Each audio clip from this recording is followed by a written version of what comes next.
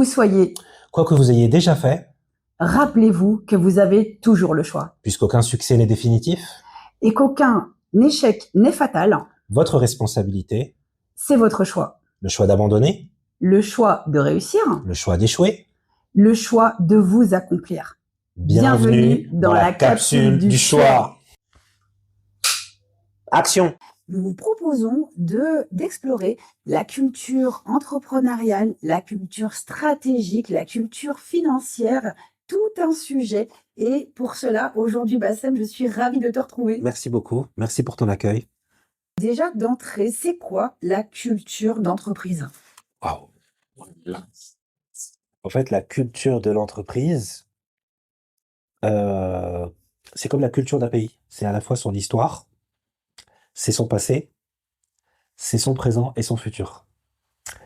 La culture d'entreprise, ça permet de faire quoi? Ça permet avant tout, en premier lieu, de fédérer les équipes à l'intérieur de l'entreprise. Donc ça permet à l'entreprise d'être homogène, de se réunir autour de grands principes, euh, et de se développer autour de ces principes-là. Plus ces principes-là sont forts, théoriquement, plus l'équipe va être en cohésion.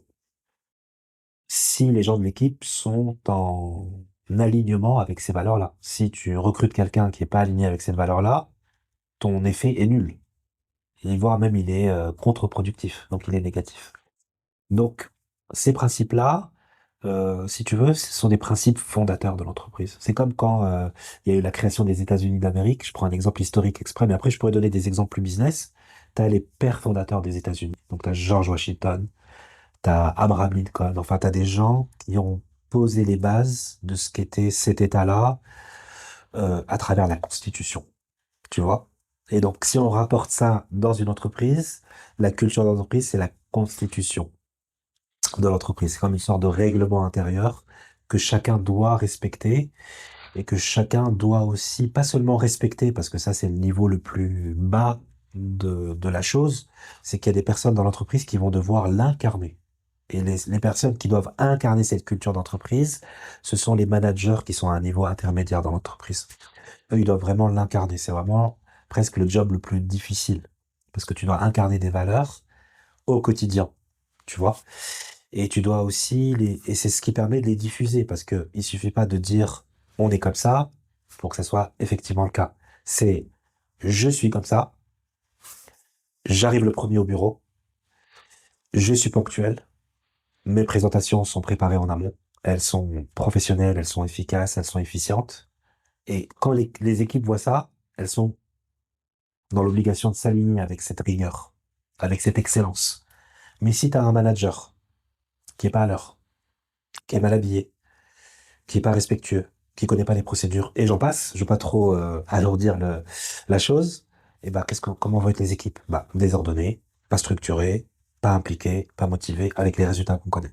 À l'image de leur manager, et dans ce cas, le manager est un exemple à suivre qui lui-même s'inspire de l'exemple de l'entreprise, cette culture d'entreprise qui fait partie de son ADN. Absolument, absolument.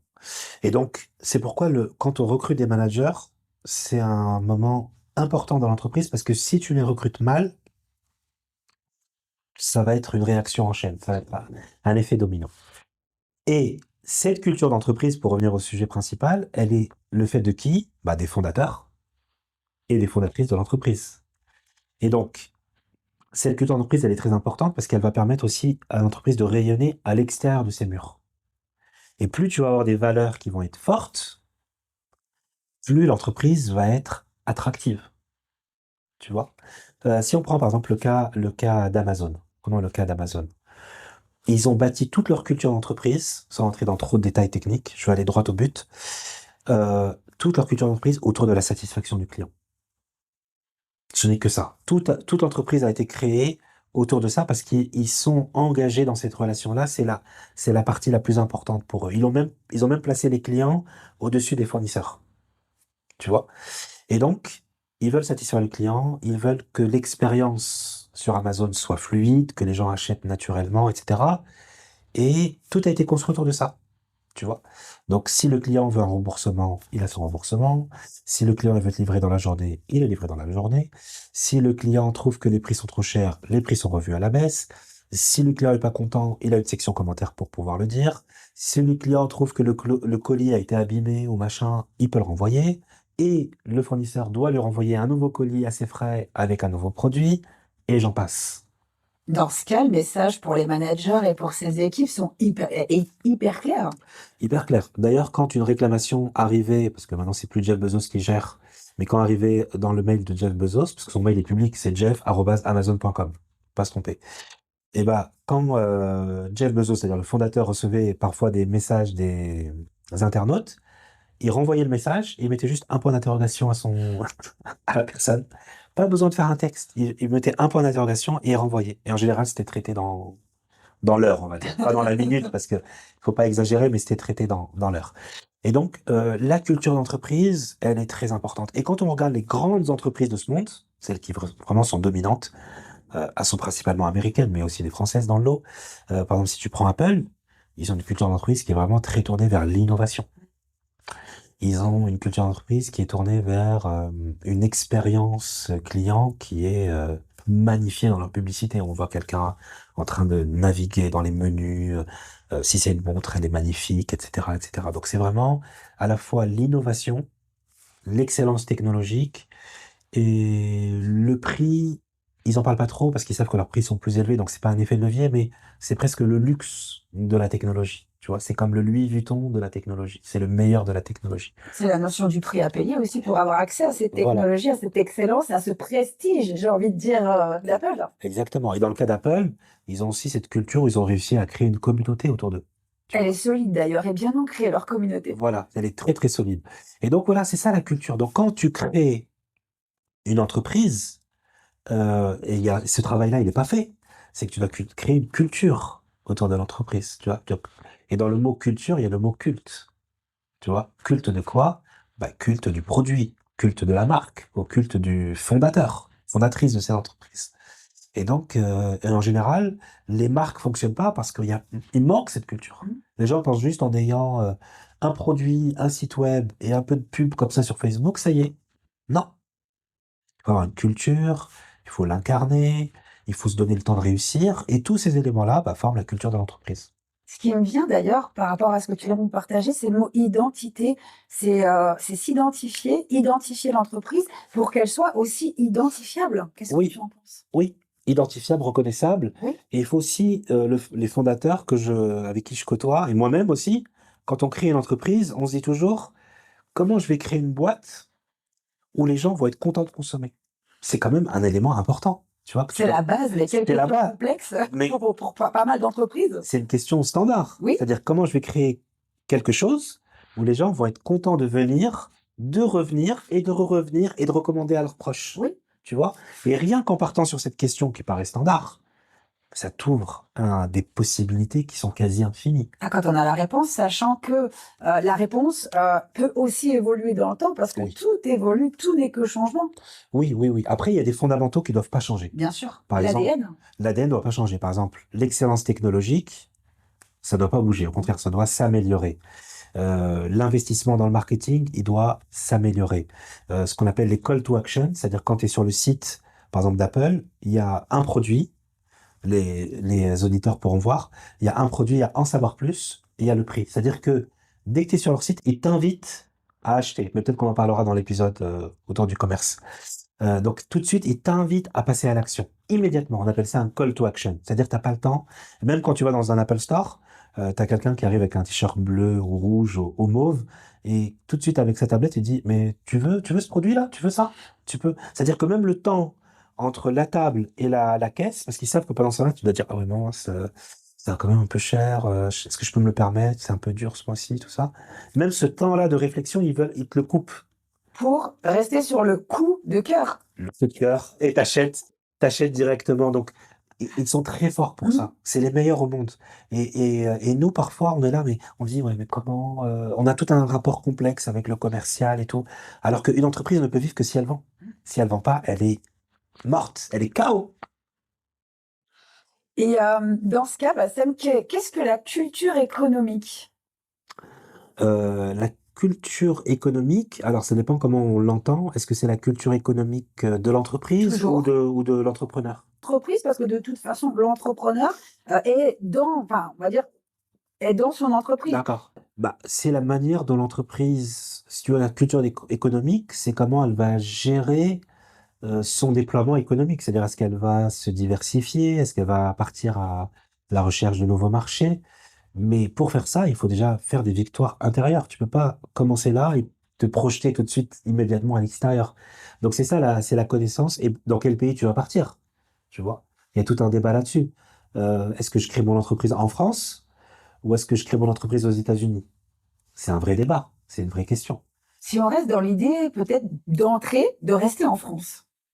Alors, c'est un peu un piège de rester en Pourquoi? France. Je veux dire pourquoi c'est un piège. Parce que en France, il y a de quoi faire. On est quand même le pays en Europe qui a le plus fort taux de natalité. C'est un fait, tu vois, il n'y a pas de débat. Je crois que pour chaque couple, on est à peu près à 1,8 bébés, c'est comme ça qu'ils calculent. On va dire presque 2 naissances par couple, un peu moins de 2 naissances par couple. Donc en fait, dans l'Europe continentale, la France, c'est le pays qui a le plus fort taux de natalité sur le continent européen. Attends, c'est pas rien. Non. Chaque année, même si ça a baissé depuis le Covid, il y a environ 400 000, 500 000 naissances. C'est pas rien. Donc, à côté, l'Allemagne, bah, l'Allemagne, c'est pas loin, ils ont un effondrement démographique qu'on n'a jamais vu dans l'histoire. Un peu plus loin, au Japon, ils ont un effondrement démographique, on se dit que dans quelques générations, on n'aura plus de Japonais. Parce qu'ils font pas assez d'enfants. Alors qu'il y a une dizaine d'années, voire 20 ans, c'était impensable. C'était impensable. Donc, la France, c'est un pays qui fait presque 80, 70, 80 millions d'habitants.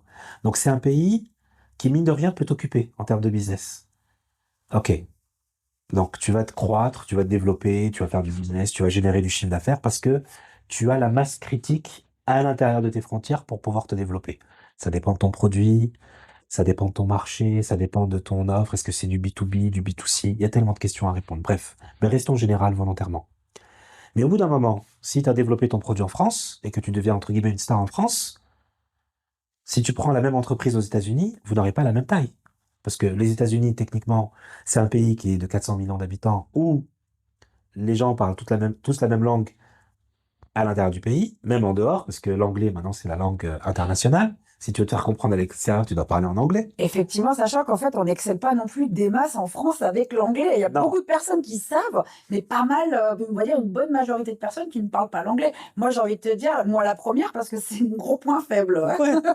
Mais donc en France, tu peux être occupé. Hmm. Et au bout de 5 ans, 6 ans, 7 ans, tu te rends compte qu'en fait, ta boîte, bon, elle est viable, tu fais du bénéfice, tu fais du chiffre d'affaires, ça va, tu te verses un salaire, on va dire, confortable, tout va bien. Mais ta marque, ton entreprise, elle est limitée dans l'hexagone. Oui. Et elle pèse pas lourd sur l'échiquier international. C'est pourquoi que les grands groupes français, les grandes multinationales, en général, sont pas en France. Elles sont créées ailleurs. Tu vois, elles sont créées aux États-Unis, elles sont créées en Chine. Maintenant, les Chinois ont de plus en plus de grandes entreprises, mais il faut dire aussi, pour être tout à fait juste, qu'elles sont financées par le gouvernement local. C'est-à-dire que le gouvernement local leur donne des subventions. Un exemple, par exemple, donc, par exemple, Google veut s'implanter en Chine, le gouvernement chinois dit, on veut pas de Google. Ok? Les données, la data des Chinois, c'est nous qui la gérons, c'est pas vous. D'accord? Et donc, qu'est-ce que va faire le gouvernement chinois? Il va dire, bah non, on va créer un Google chinois. Donc, Baidu, ça s'appelle Baidu, en Chine, un moteur de recherche qui va remplacer Google. Tu vois? Et donc, ça veut dire que ils mettent comme une espèce de frontière, comme une muraille de Chine, autour de leurs données parce qu'ils savent que dans un futur proche, la donnée, la data va être quelque chose de stratégique.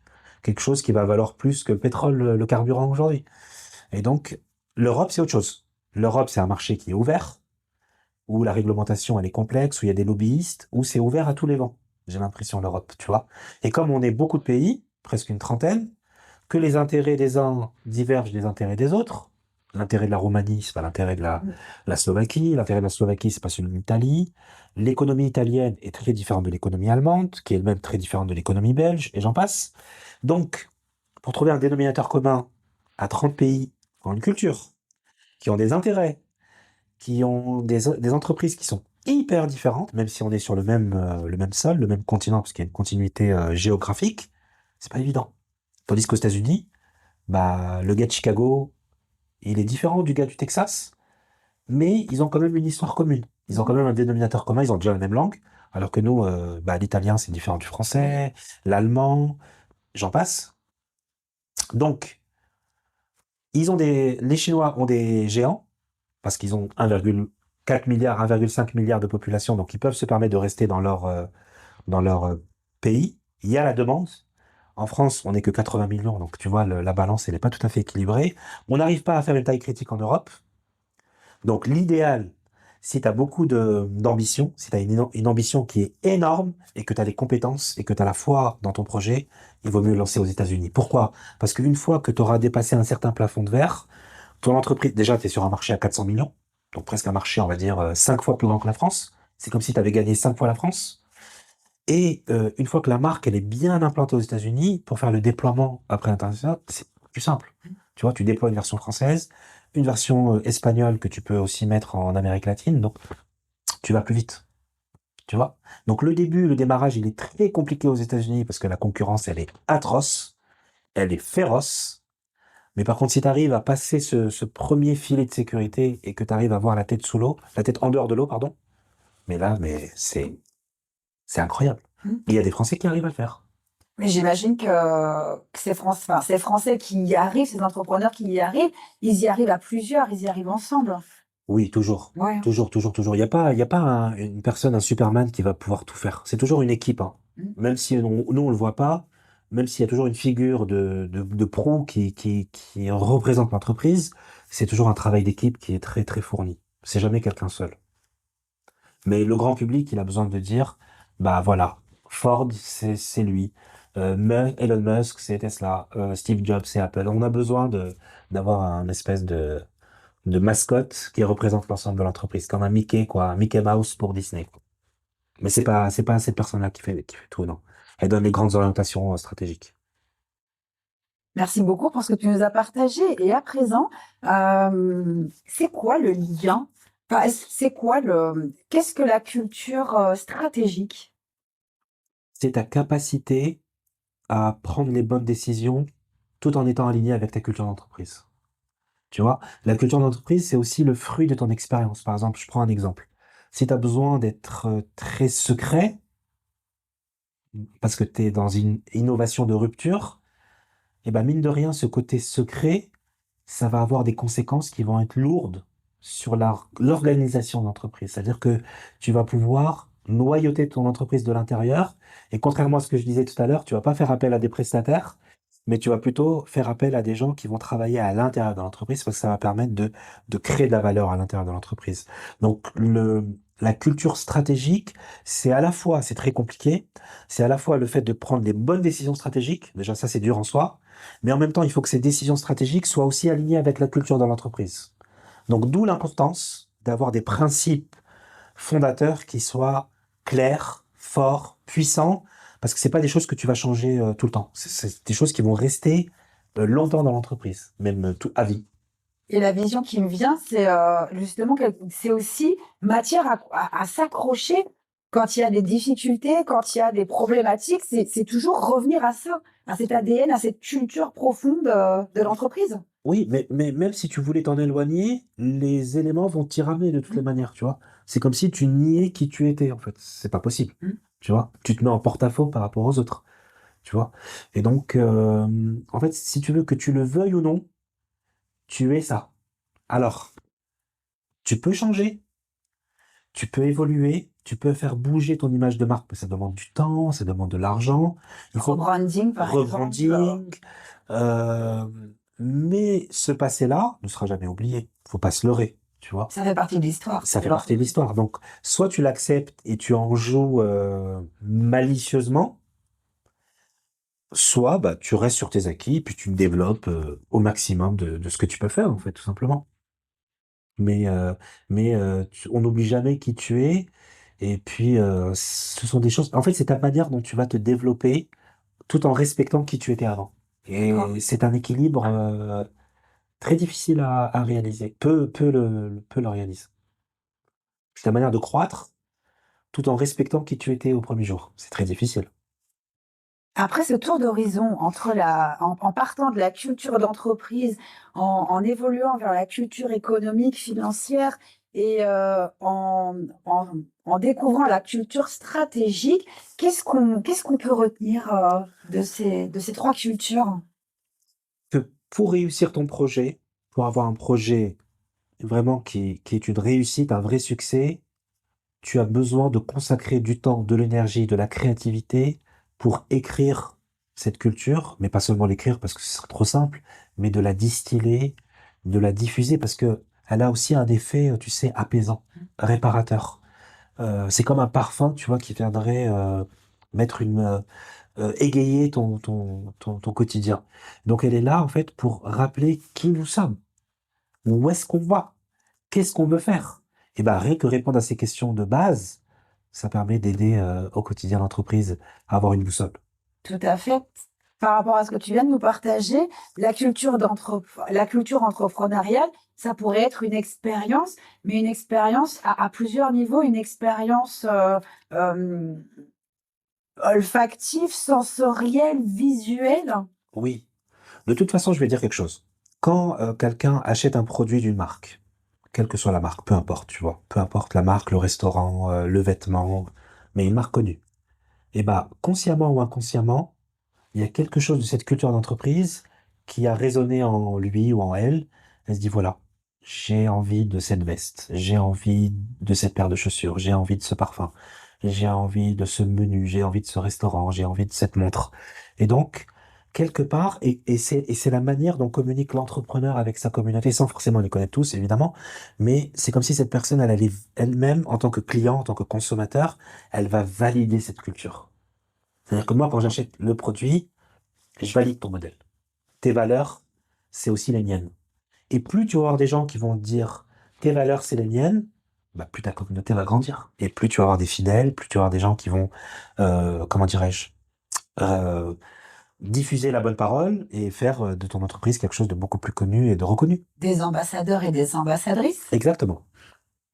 Donc ça sert à tout ça, la culture d'entreprise, tu vois. Et malheureusement, ce que je remarque, c'est qu'elle est souvent négligée ou mal faite ou mal ficelée. Donc ça fonctionne pas.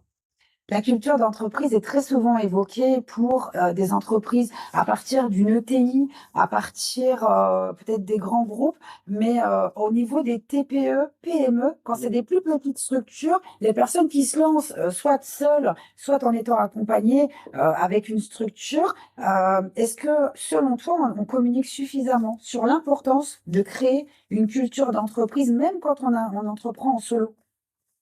En solo, c'est pas nécessaire. Pourquoi? Si tu es tout seul, bah parce que ta taille, la taille de ton entreprise fait que tu incarnes ton entreprise de fait, que tu le veuilles ou non, tu vois? Et puis, quand tu es solo, en général, tu es limité par ton impact sur ton marché, puisque tu es Mmh. tout seul et bah, tout seul, tu fais pas grand-chose, en fait, tu vois? Même si tu es très fort, tu es limité par le temps, tu es limité par l'espace, même si tu es milliardaire et que tu es seul, c'est très compliqué. Tu peux faire des coûts financiers, tu peux investir, tu peux essayer de bouger au maximum, mais même ton argent, il a une certaine limite. Tu vois, même si tu as de l'argent, bah, lui-même, cet argent, il a une finitude. Et donc, non, quand tu es seul, t'as pas besoin. Mais en général, les entrepreneurs qui sont seuls, ils sont rattachés à une entreprise qui est beaucoup plus grande. Je pense notamment aux coursiers de Uber. Bah, ils sont sous la coupe d'Uber ou de Deliveroo ou de X, Y ou Z. Donc, bon, ça dépend comment tu entreprends, mais il y a mille et une façons d'entreprendre. Donc, c'est dur de répondre à cette question de manière générique, Mmh. mais ça dépend. En fait, si tu fais une marque que si tu crées ta marque et que tu es seul au début, c'est OK. Mais après, il faut que tu recrutes. Tu vois? Effectivement. Donc t'es plus seul. Mais dès que tu recrutes une personne, elle-même, elle va avoir besoin de dire, où est-ce que je suis? Où est-ce que je mets les pieds? Et donc, tu vas avoir besoin donc on revient encore à la culture d'entreprise, de la charte, de qui on est. Raconte-moi ton histoire. Pourquoi tu as créé cette boîte? Qu'est-ce que tu veux faire? Qu'est-ce que tu proposes? Donc, on revient toujours aux mêmes questions fondamentales.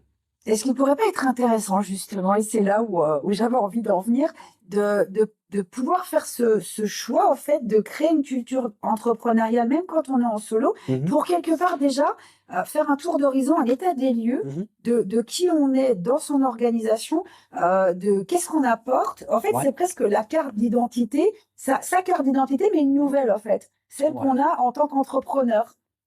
Bah, t'as pas besoin de faire une culture d'entreprise si t'es seul. Tu peux faire un storytelling. Tu peux raconter Oui, dans quelles conditions tu as créé ta boîte, comment tu as trouvé l'idée. Tu peux faire un storytelling, ça suffit parce que les gens, ils ont besoin d'une histoire pour entrer dans ton univers, tu vois. Tu dois raconter une histoire qui doit être vraie, même si tu peux la c'est romancer. mieux.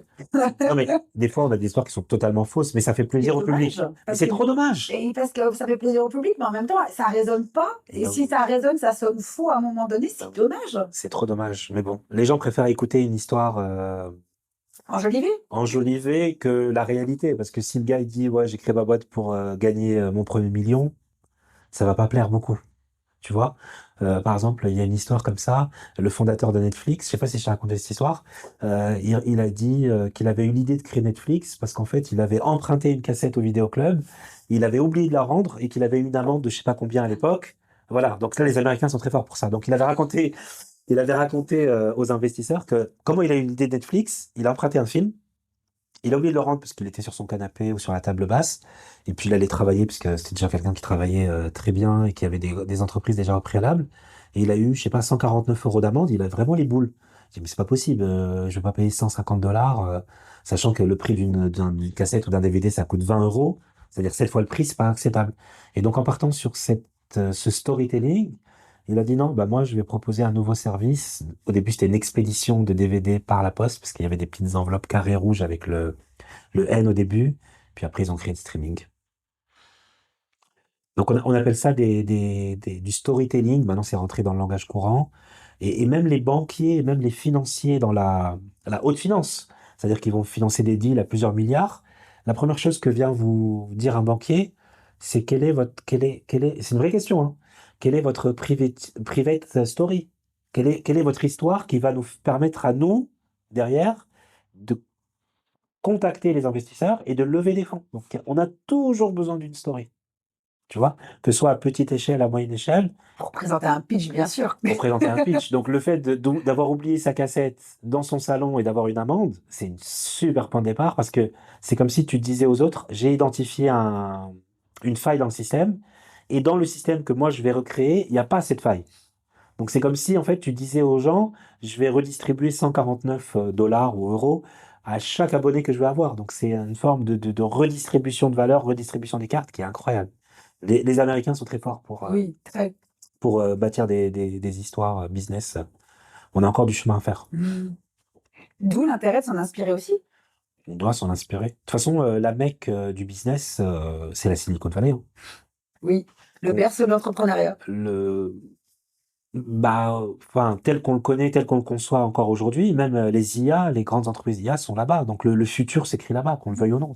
Donc, euh, donc ça se passe là-bas. Et puis c'est un endroit très très très spécial, hein. On n'est pas à Los Angeles, on est dans un quartier de San Francisco et c'est très particulier. Il y a une concentration de talents au mètre carré qui est nulle part ailleurs dans le monde. Je pense que c'est le nombre de doctorants au mètre carré et ça doit être incroyable. Au kilomètre carré, on doit avoir, je sais pas moi, 5000 doctorants par kilomètre carré, ou 6000 ou 10 000. C'est un nombre de compétences qui sont réunies dans une toute petite zone. C'est incroyable. Donc ça donne des succès mondiaux. Cette capsule était très inspirante, Bassem, très Merci. enrichissante.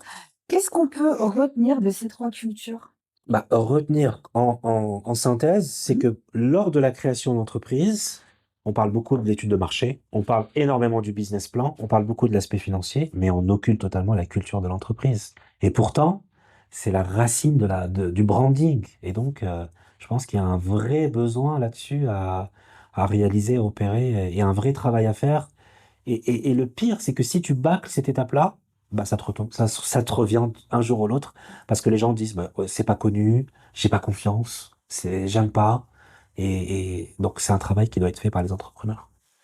Sachant qu'après, on devient quelque part intouchable aussi quand on sait qui on est, quand on sait qu'est-ce qui compose l'entreprise, on devient intouchable dans le discours qu'on peut avoir face à la concurrence, face à un prospect.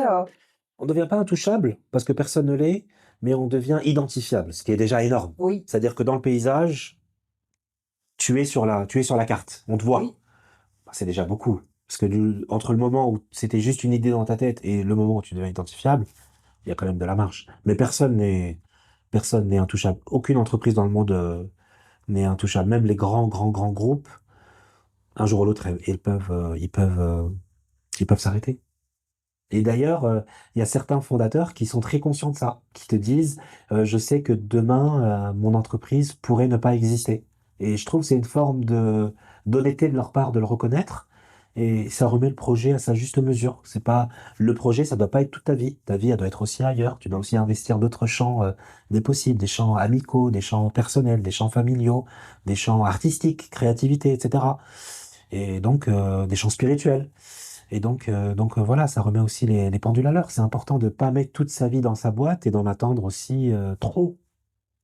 C'est important de réajuster les choses.